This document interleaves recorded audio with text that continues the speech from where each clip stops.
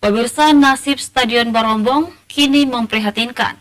Stadion yang dulunya digadang-gadang akan menjadi stadion termegah di Sulawesi di era pemerintahan Gubernur Syahrul Yassin Limpo, kini terbengkalai.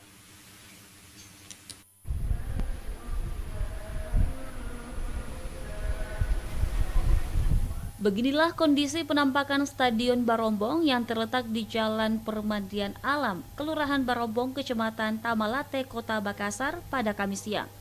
Stadion yang dulunya digadang-gadang akan menjadi proyek stadion termegah di Pulau Sulawesi di era pemerintahan Gubernur Syahrul Yassin Limpo, kini terbengkalai. Terlihat dari luar stadion, beberapa bagian bangunan sudah mulai berlumut dan tidak terawat. Tidak hanya itu, sekitar area di dalam lapangan terlihat banyak sampah berserakan. Begitupun juga beberapa bagian tembok dan anak tangga mulai mengalami keretakan akibat terbengkalai. Kelanjutan pembangunan Stadion Barombong sampai saat ini masih belum jelas.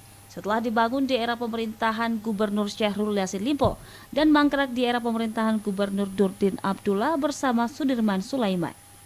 Rusbawan Dirara, Celebes TV.